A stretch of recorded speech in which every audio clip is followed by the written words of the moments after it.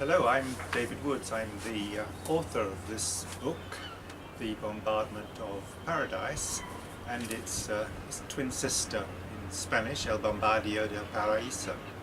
It tells the story of the bombardment, the attack by the Spanish fleet on Valparaiso in March of 1866.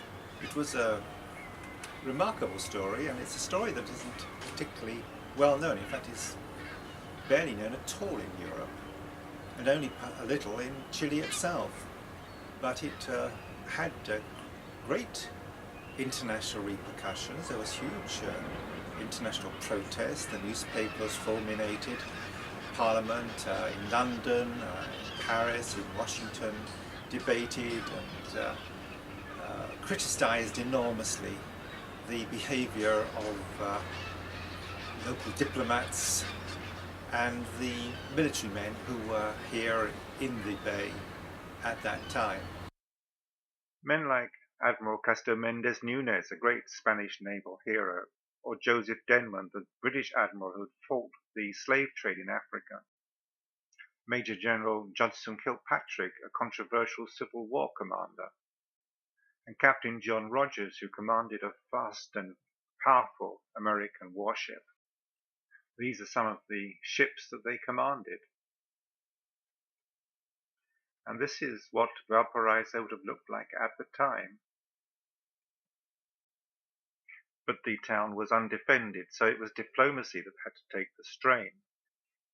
European businesses were threatened, and they pressed Chile's foreign minister. His efforts were upset by a secret agent turned arms procurer in the United States, who in turn infuriated the American Secretary of State. Meanwhile, the British Foreign Secretary in London was trying to keep European governments calm. It was all to no avail. Spanish pride had to be satisfied. People fled for the hills. The bombardment lasted for 4 hours. The Allied ships, the Americans and the British, stood offshore and watched. The old commercial exchange was hit many times.